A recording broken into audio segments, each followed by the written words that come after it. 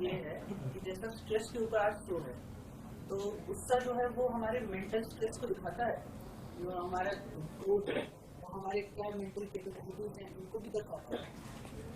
अच्छा प्रश्न है, पर एक्चुअली ये सो नहीं है, ये तुम्हारा और हमारा संवाद है। भारतीय परंपरा में जितने ग्रंथ हैं सब में संवाद है। इतना बेबाक कहीं कुछ और है? आपका धर्म इकलौता विश्व का ऐसा धर्म है जिसमें कुछ भी पूछने की अभिव्यक्ति है।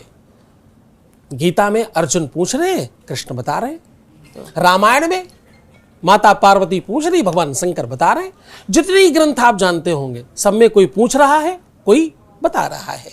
यहां पूछने की अभिव्यक्ति है और पूछने वाला एक नियम का पालन करता है। ये इसलिए बता रहा हूं ताकि तुम सब लोग पूछ पाओ और उसके बाद जो पूछो उसका मतलब लेकर जाओ। पूछने वाले के लिए एक नियम है, जो बताया जाएगा उसको ही सर्वश्रेष्ठ मानना है, तभी पूछना होता है। भगवान कृष्ण ने गीता का ज्ञान तमाम लोगों को दिया, युधिष्ठिर को, कर्ण को, दुर्योधन को, बहुत सारे तमाम लोगों को दिया, पर मिला नहीं किसी को। मिला किसको? अर्जुन को। क्यों मिला अर्जुन को? क्योंकि अर्जुन कहते थे शिष्यस्ते हम साधुनाम त्वाम प्रपन्नाम, मैं तुम्हारा शिष्य हूं और तुम मेरे गुरुजी हो, तुम जो कहोगे वही आखिरी सत्य है। तो जब उस भाव से सुनोगे तो आपको समझ में आएगा। अब क्रोध, ये इतना बढ़िया प्रश्न आपने किया है। 140 करोड़ देशवासी और ज्यादा हो गया अभी अपने यहाँ, बढ़ रहा है रोज करोड़, 44 हो गया। अच्छा, 144 करोड़ देशवासी हैं अपने यहाँ और सबको ये समस्या है कि क्रोध, ये जो शब्द है ना, ये अगेन हम पर थोपा गया है। ये भी कुछ नहीं होता। आप कहोगे, आप कहते हो कुछ भी जब होता ही नहीं है तो होता क्या है? तो कुछ तो होता है। शरीर की अपने गुणधर्म है। तुम पढ़े लिखे हो इसलिए ऐसे बता रहा हूं, कोई सामान्य व्यक्ति होता तो अलग तरीके से बताता। शरीर के अपने गुणधर्म है। गुणधर्म का मतलब समझते हो? नेचर, स्वभाव। आपने कोई मशीन बनाई, उसका एक नेचर है, उसका एक स्वभाव है। आपने लाइट देखी, उसका एक नेचर, उसका एक स्वभाव है। प्लग लगाओ वो जल जाती है। ऐसे शरीर के गुणधर्म है। उसमें प्रेशर है, जिसको आप ब्लड प्रेशर से कैलकुलेट करते हो। उसमें शैतल्यता है, ऊष्मता है, तो उसके अपने गुणधर्म है शरीर के। हिंसा, असत्य, मद, मोह, लोभ, काम और क्रोध, ये उसके गुणधर्म है। इसी से तो बना है वो। अब आपने ये लाइट देखी, इस लाइट का प्लग निकाल दो, इसके बल्ब निकाल दो, इसका बाहर का बॉडी निकाल दो, इसका ये जो स्विच गया ये भी निकाल दो, और फिर बताओ लाइट कहां है? फिर लाइट किधर है? हमारे यहां कई चीजों में बार बार हमें भ्रमित किया गया, ग्रंथों को बदला गया, बातों को बदलकर अलग तरीके से सिखाया गया। क्रोध कभी भी समाप्त नहीं हो सकता, गुणधर्म है मेरे शरीर का। क्रोध समाप्त होगा तो मैं समाप्त होऊंगा। मेरा नेचर है, मेरा स्वभाव है। शेर अपने स्वभाव में जीता है, गीदड़ अपने स्वभाव में जीता है। उसका नेतृत्व है, उसका व्यक्तित्व है, उसकी निजता है, वही समाप्त हो गई। प्राण ही चले गए शरीर से तो शरीर में क्या बचेगा? अब ज्यादातर लोग बोलते हैं हिंसा, सत्य, मद, मोह, लोभ और काम, क्रोध, ये सब छोड़ दो, तो कहां ऊपर चले जाए क्या? यही तो गुणधर्म है, इसी से चल रहा है जीवन।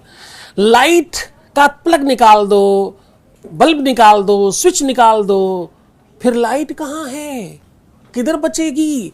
क्रोध कभी भी समाप्त होने वाली चीज ही नहीं और समाप्त करना ही नहीं चाहिए।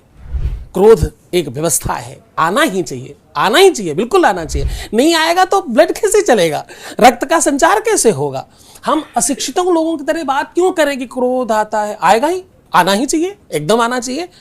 क्रोध जब बुद्धिमत्ता को पाता है, क्रोध करने के अपने अपने तरीके हैं। एक अज्ञानी, एक ज्ञानी, एक सज्ञानी अलग अलग तरीके से क्रोध करता है। कोई ज्यादा जानकार वो क्रोध करेगा, कोई और हल्का व्यक्ति होगा तो वो अपने ढंग से क्रोध करेगा। क्रोध सब करते हैं। क्रोध का नियंत्रण विवेक है। ज्ञान लो, पढ़ाई करो, शिक्षित हो जाओ, जानकार बनो, बुद्धिमान बनो, क्रोध अपने आप सामान्य रहेगा। क्योंकि तुम्हें पता है how to do, where to do, when to do, पता है ना किधर जाए, कब करें, कैसे करें, कितना करें, मापदंड ही तो सिखाता है ज्ञान। तुम विद्यार्थी क्यों बन रहे हो? केवल पैसे कमाने के लिए? ज्ञानी बनने के लिए। विद्या ददाति विनयम, विनयम ददाति पात्रत्वाम, पात्रत्वा धनाप्नोति, धना धनम तथा सुखम। उस सुख की तरफ जाने के लिए तुम विद्या ले रहे हो। विद्यावान व्यक्ति जब बोलता है तो लगता है कि भाई हा, ये सही बात बोली, ये सही बात कही है। आप खुद भी कभी पढ़ते हो, कोई पढ़ी हुई की बात करते हो तो अच्छा लगता है? बस वो अच्छा लगना क्रोध को समाप्त करता है। वो तुम्हारा ज्ञान तुम्हारे क्रोध पर नियंत्रण करता है। क्रोध पर क्या नियंत्रण होगा और क्यों नियंत्रण होगा? शरीर का गुणधर्म है। शरीर से हाथ काट दो, पैर काट दो, सर हटा दो, फिर कौन बचा?